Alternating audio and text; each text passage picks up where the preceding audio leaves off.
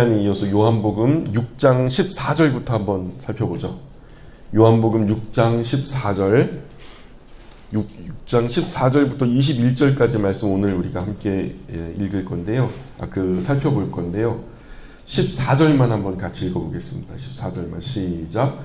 그 사람들이 예수께서 행하신 이 표적을 보고 말하되 이는 참으로 세상에 오실 그 선지자라 하더라. 아멘. 요한복음 6장은 두 개의 유명한 사건이 이어지고 있어요. 하나는 지난 시간에 우리가 살펴봤던 오병이어 사건, 그죠? 물고기 두 마리와 보리떡 5개로 장정만 5,000명, 줄잡아 한 2, 3만 명 정도를 예수님께서 먹이셨던 그 놀라운 기적, 또 표적이 나타났던 거. 또 하나는 오늘 나타나는 말씀인데 물 위를 걸으시는 예수님의 모습을 우리가 그 표적을 볼 수 있죠.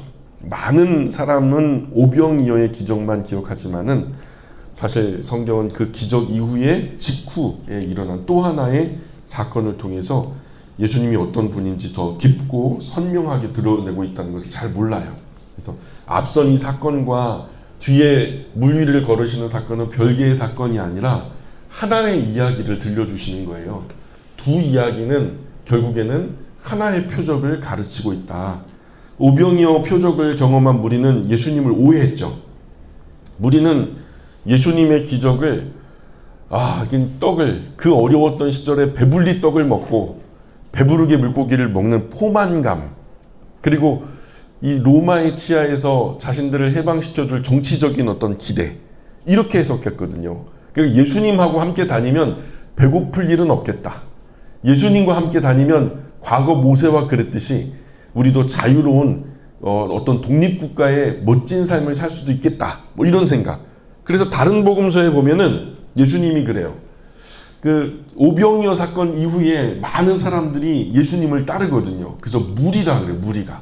수많은 사람의 무리가 예수님의 뒤를 졸졸졸 따르는데 예수님이 그 따르는 무리들을 향해서 뭐라 그러냐면, 야, 너희들 내가 준 떡 때문에 따라오는 거지. 그래요. 그랬더니 이 사람들이요, 나름대로 또 자존심이 있잖아요. 누구를 거지로 하나 하면서 다 도망가 버렸어요. 너희도 갈래? 그랬더니 주님이 여기 계신데 우리 어디 갑니까? 그런 말씀으로 얘기를 했죠. 빈정상에서 다 떠나가 버린 사건. 근데 오늘 말씀에는 그런 부분들은 나타나지 않지만, 그러나 제자들은 예수님이 물 위를 걸어오신 기적을 보면서 구주 예수님의 본질을 알아가기 시작했다는 거예요. 표적 앞에 선 무리와 제자 똑같은, 하나는 엄청나 그 물고기 2마리 떡 5개, 보리떡 5개로 엄청나게 많은 사람들을 먹여 살리는 그런 표적을 본 무리들의 반응과 또 물 위를 걸으신 예수님을 본 그런 표적을 본 제자들의 반응. 그래서 똑같은 표적 앞에 선 무리와 제자, 또 그들의 오해와 이해를 대비시키는 거예요. 앞선 무리와 뒤에 있는 제자들, 앞선 오병이어 사건과 뒤에 선 물 위를 걷는 예수님의 사건. 그래서 표적을 잘못 오해한 무리와 표적을 바로 이해한 제자들이 대비되는 곳이 바로 이 요한복음 6장에서 굉장히 중요한 포인트라는 거예요.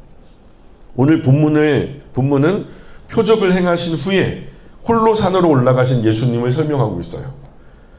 그리고 그분을 떠나 먼저 배를 타고 호수 건너편으로 떠난 제자들을 말하고 있고요.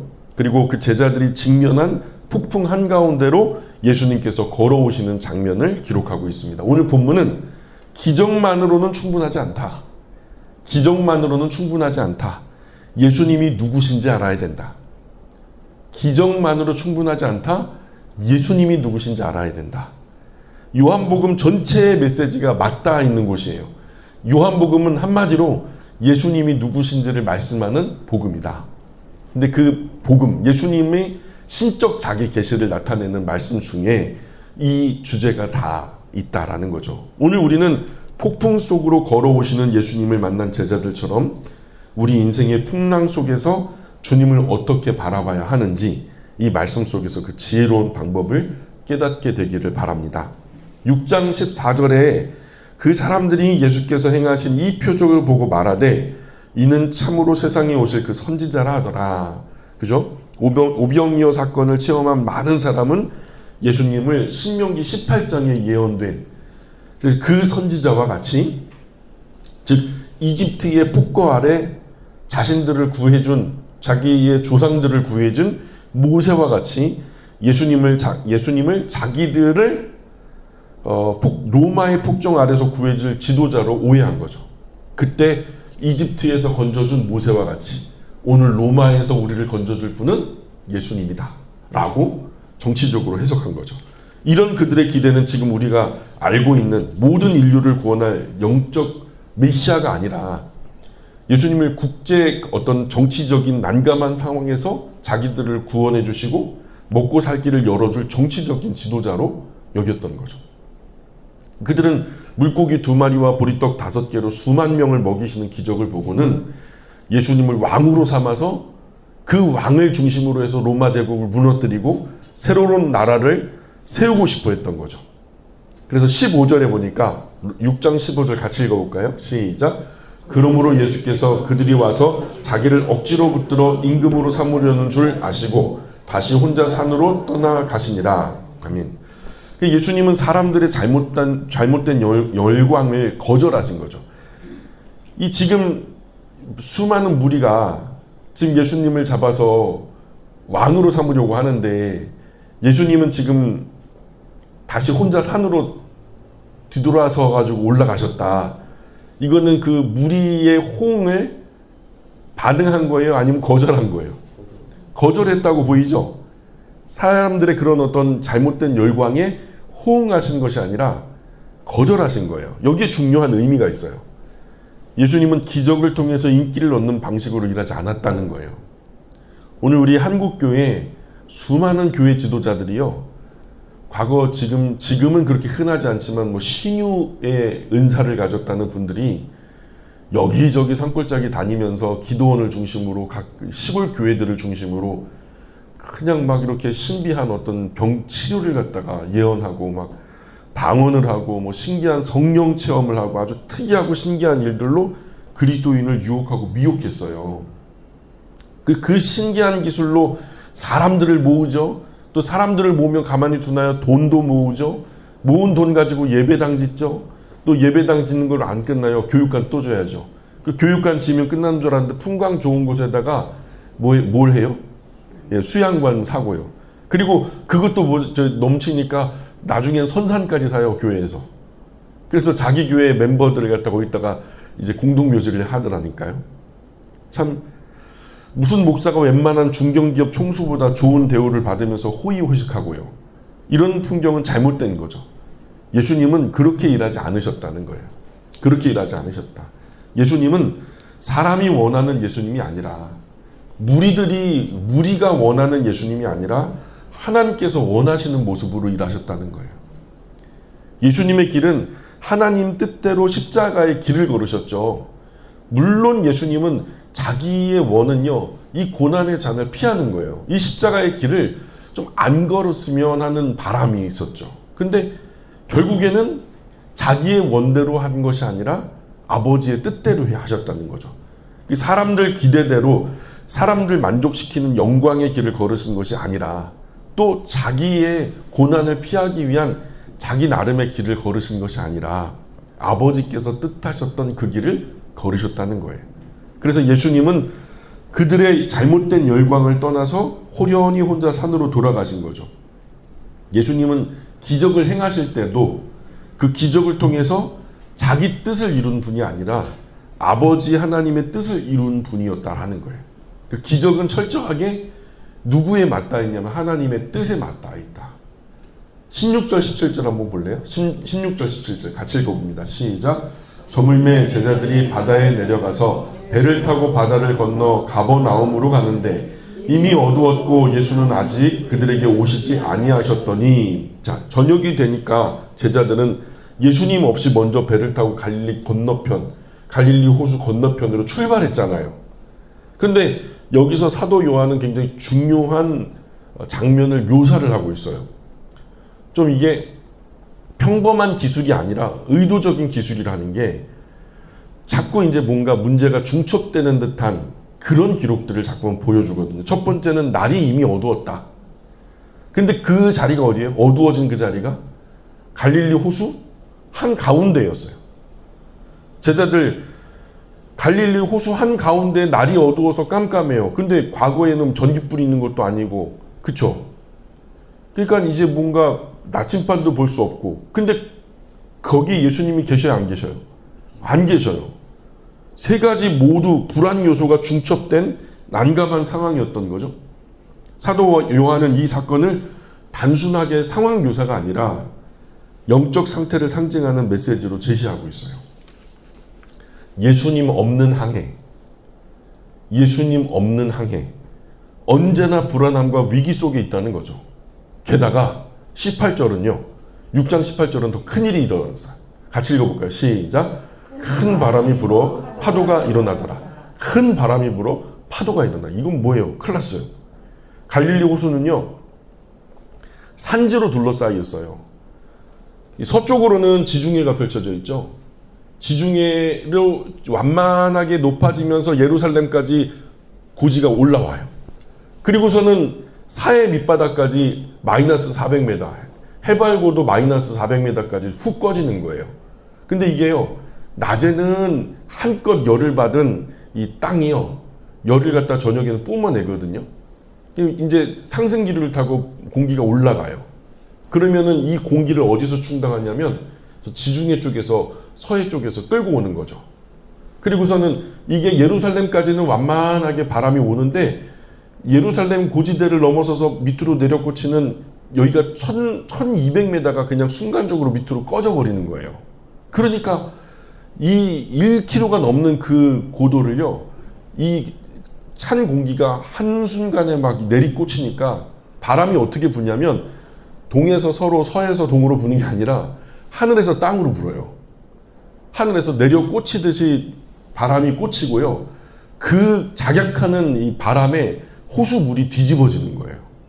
방향이 없는 바람이 부는 거예요. 그러니 지금 이 단순하게 사도 요한은 자연현상을 기록한 것이 아니라 제자들이 처한 삶의 위기와 두려움을 지금 강조하고 있어요. 제자들은 지금 서 있는 그곳이 때는 밤이었다. 깜깜했다. 예수님은 그들과 함께 계시지 않았다.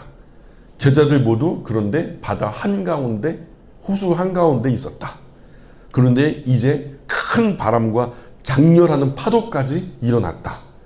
이건 큰일 난 거죠. 엎친 데 덮친 데 설상가상이죠.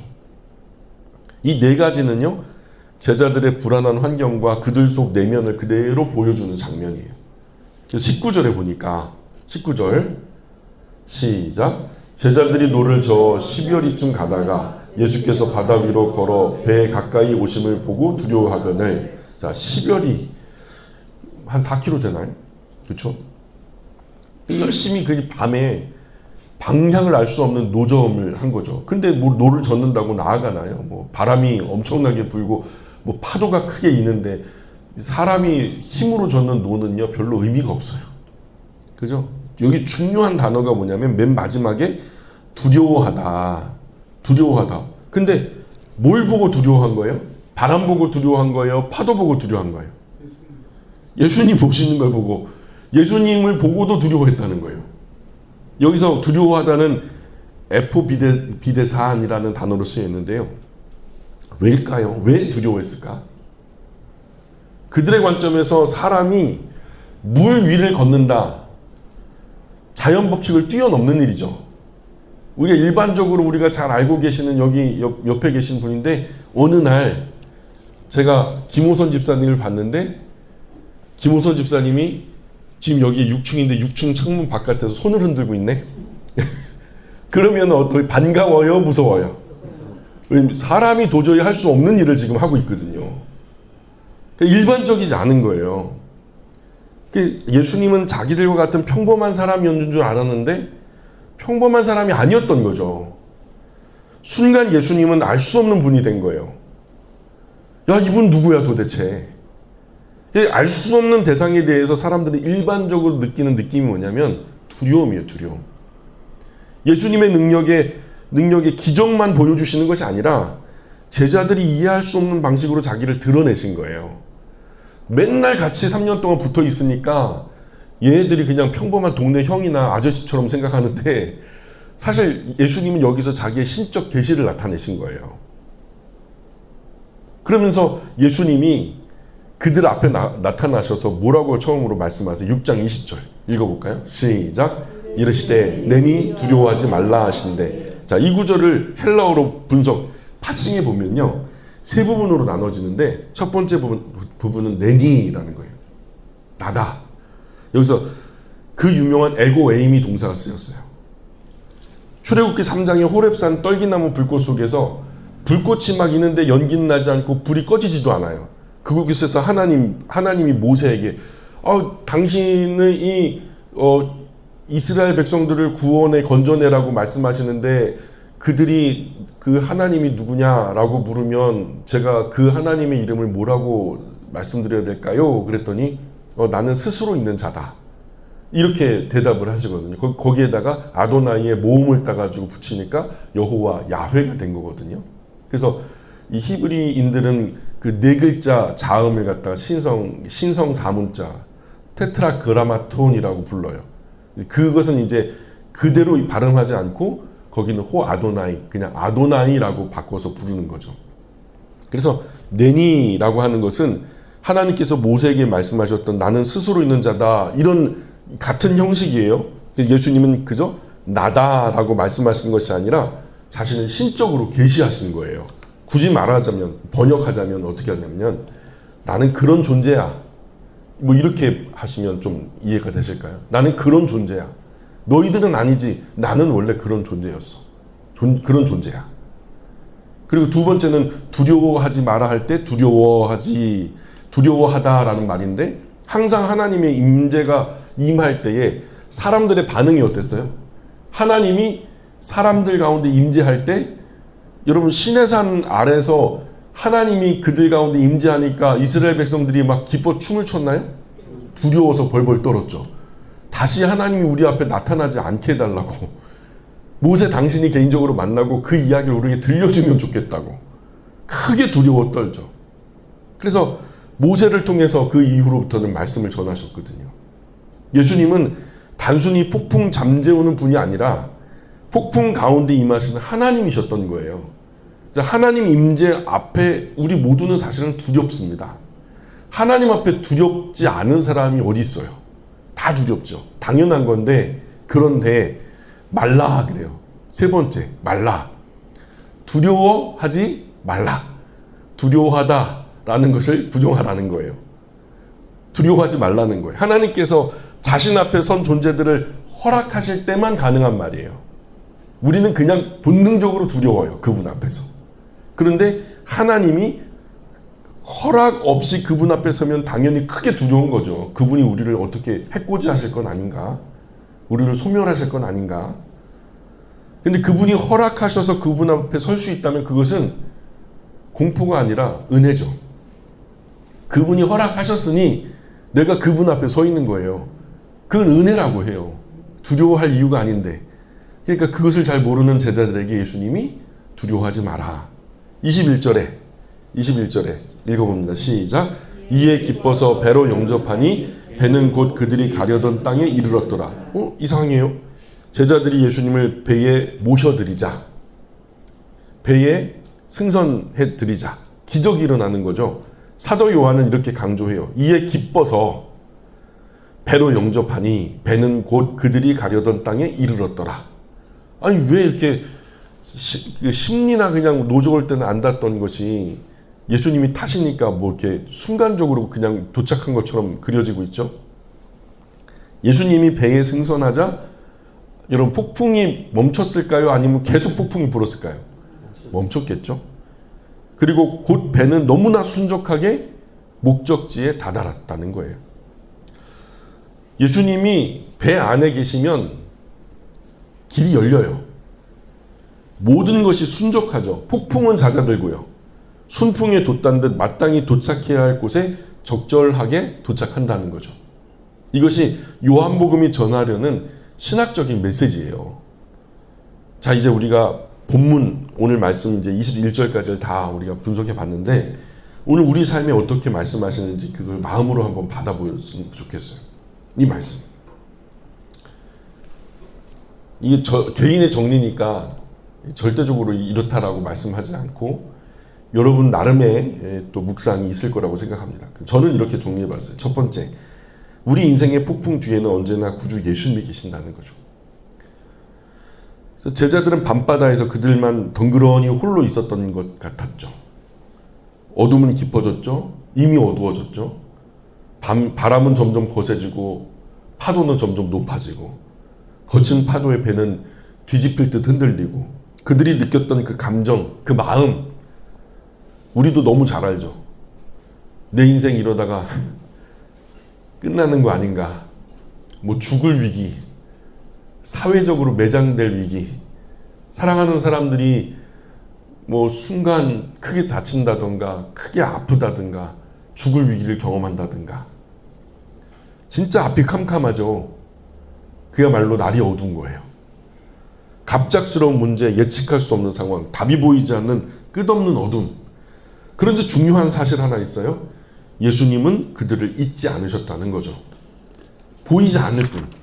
그들에게는 보이지 않았을 뿐 예수님은 그들을 향해 걸어오고 계셨다는 거죠. 찾아오시는 하나님. 하나님께서 이 땅 위에 오셨어요. 그런 하나님이 우리 하나님이시죠. 또한 오신 그 예수님이, 하나님이신 예수님이 또한 각 사람에게 찾아가세요. 그들의 항해를 보이지 않게 지켜보고 계셨다는 거죠. 그 거친 폭풍 한가운데서 그들을 만날 준비를 하고 계셨던 거죠. 우리 삶도 그렇죠. 우리는 인생의 파고에 묻혀 주님이 안 보여요. 내 앞에 있는 그 파고가 너무 높다 보니까 거기에 몰두하다 보니까 주님이 안 보이죠. 그래요. 주님 안 보여요. 예. 그렇게 말하지만 예수님은 지금 제자들 앞에 나타나기 위해서 너에게 가고 있는 중이다 라고 말씀하시는 거예요. 제자들을 향한 예수님과 저와 여러분을 향한 예수님이 다르지 않다고 봐요.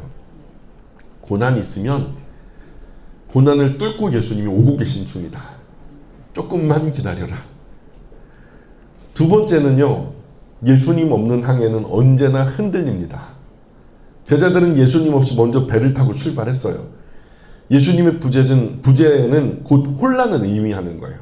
우리 인생도 그래요. 예수님 없이 결정할 때, 예수님 뜻과 상관없이 움직일 때, 예수님보다 막 급한 마음에 앞서갈 때 풍랑은 더 크게 느껴지고 어둠은 더 짙게 느껴지고 결국 더 두렵고 더 무섭고. 그런데 예수님은 우리에게 이렇게 말씀하고 계신 거예요. 나보다 앞서 걷지 마라. 내가 너보다 너의 길을 더 잘하니까. 내가 너의 배에 승선할 때까지 조금만 기다려라. 세 번째는 이런 말씀이 묵상이 되더라고요. 예수님은 멀리서 바라만 보는 분이 아니라 폭풍 속으로 들어오는 분이라는 거죠. 예수님은 산에서 기도하고 계셨죠. 무리의 호응을, 열광을 뒤로 하고 산으로 홀로 올라가셔서 아마 거기서 뭐 하셨을까요? 하나님 앞에 기도하고 계셨을 거예요. 그러나 폭풍이 시작되자 예수님은 산에 머물지 않으셨죠. 폭풍 한가운데 난처한 상황의 제자들을 향해서 걸어오셨던 거죠. 예수님은 멀리서 보면서 야, 열심히 저어봐, 힘내라, 힘 하면서 멀리서 박수치고서 응원하시고 그러신 게 아니죠. 예수님은 폭풍 한가운데 제자들이 있는 곳으로 걸어 들어오셨어요.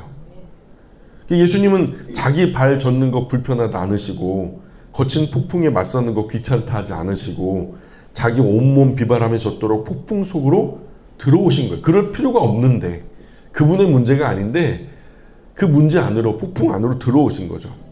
우리를 만나기 위해 풍랑 속으로 들어오시는 분, 이런 분이 우리 예수님이죠. 홀로 하늘의 영광 가운데 계셔도 되셨을 그분이요, 굳이 이 땅에 안 내려오셔도 된단 말이에요. 조금 있으면 성탄절인데 가장 낮고 천박한 이 죄악의 땅 위에 누추한 곳에 오신 그 예수님, 그러지 않으셔도 됐었단 말이죠. 우리 모든 사람의 죄와 허물, 폭풍으로 가득한 이 세상에 스스로 찾아서 내려오신 거예요. 그 모든 죄와 허물을 자기 어깨에 짊어지고 이거 내 거다, 내 짐이다 라고 짊어지시고 자기가 대제사장 되시고 자기가 희생 제물이 되어서 하나님 앞에서 자신을 단번에 완전하게 영원한 희생 제사를 드린 거죠. 그래서 우리가 히브리서 말씀 나누는 게 뭐예요? 그분의 제사에 의지하여 우리가 짐승 제사를 더 이상 드리지 않아도 됐다라는 얘기를 10장에서 계속 내내 하는 거잖아요. 네 번째 주제는 그래요. 구주 예수님을 영접할 때 폭풍은 멈춘다는 거예요. 기적은 예수님을 배에 모셔드릴 때 일어났다는 거죠. 예수님은 우리 인생 앞에서도 말씀하십니다. 내니 두려워하지 마라. 내니 두려워하지 마라. 문을 열어라. 나를 내 삶의 배에 들여다오. 그러면 폭풍은 멈출 것이다. 그것이 심리적이든 마음이든 육체적인 것이든 영적인 것이든 그것이 어떤 문제인지 어떤 폭풍인지 우리는 모르지만 그 모든 면에 예수님은 우리의 구원자가 되신다는 거죠. 우리 인생에 예수님 모셔드리는 순간 삶의 방향이 달라지죠. 예수님 모시는 순간 삶의 속도가 달라지죠. 그리고 예수님 우리 삶에 모셔드리는 순간 삶의 결과가 달라지죠. 삶이 엉켜 보이고 미래가 보이지 않고 폭풍이 거셀지라도 예수님이 함께 계시면 반드시 우리가 도착해야만 하는 마땅한 바른 그 목적지에 우리는 이르게 된다는 거죠. 사랑하는 여러분, 우리 인생에는 누구나 예고 없이 폭풍이 찾아옵니다. 그 폭풍을요, 미리 예측하는 사람은 없어요. 우리는 때때로 제자들처럼 거친 폭풍 속 밤바다 한가운데 던져진 듯한 그런 시간을 보냅니다. 그런 우리에게 예수님은 말씀하는 거죠. 내니 두려워하지 마라. 이 말씀은 너의 상황이 곧 좋아질 거다 그런 말이 아니에요. 너의 상황이 조금 이제 있으면 나아질 거야 이렇게 말씀하시는 게 아니라 내가 지금 너와 함께 있다. 이 말씀하시는 거예요. 그리고 그 말씀이면 충분합니다. 예, 충분하죠. 예수님 함께 계시면 거친 파도, 폭풍 더 이상 우리를 삼킬 수가 없어요. 그저 재미있는 놀이기구죠. 우리는 폭풍을 가만히 지켜보고만 계시는 그런 분을 믿지 않습니다. 우리는 폭풍 속으로 걸어오시는 예수님을 믿어요. 그러므로 주님을 우리 마음 깊이 영접하셔서 더 마음 가장 깊은 곳에 안전하게 예수님을 모셔드리는 사람은요, 세상 그 어떤 폭풍도 흔들 수가 없어요. 그저 인간 횃불로 불타 죽어도, 사자의 밥이 되어 죽어도 웃으면서 순교당할 수 있는 힘이 어딨냐? 바로 이 안정감이 있다는 거죠. 세상이 줄 수 없는 큰 평화가 어디 있냐? 예수님께서 내 마음 가장 깊은 곳에 거하실 때 이루어지는 평화다. 다시 우리 구주 예수님을 바라보기 바랍니다. 그리고 굳게 구주 예수님 붙드시기 바라요. 그러면 제자들이 안전하게 건너편 항구에 도착했듯이 우리도 반드시 하나님 준비하신 목적지에 순적하게 도착하게 될 것을 믿습니다. 오늘 말씀을 이렇게 짧게 끝내도록 하겠습니다. 기도하겠습니다.